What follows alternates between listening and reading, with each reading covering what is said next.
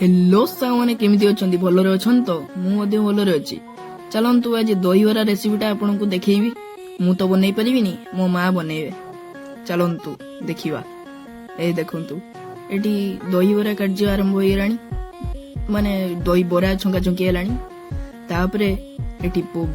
बरा छंका छंकी गोटे पात्र रखा हेलानी माने पानी थिबा पात्र तापरे एठी आलू कषा आलू सीझा सी कटाकटी आरंभ हो रानी मड़ी चलो एई देखंतु बोरा छंका है पूरा रेडी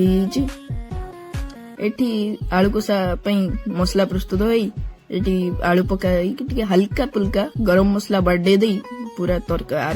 रेडी हो गला आलू कषा एटी पियाज लंका आउ गाजर कटा ही पूरा स्टफिंग हो गलानी चलंतु खाइबा भल लागितले लाइक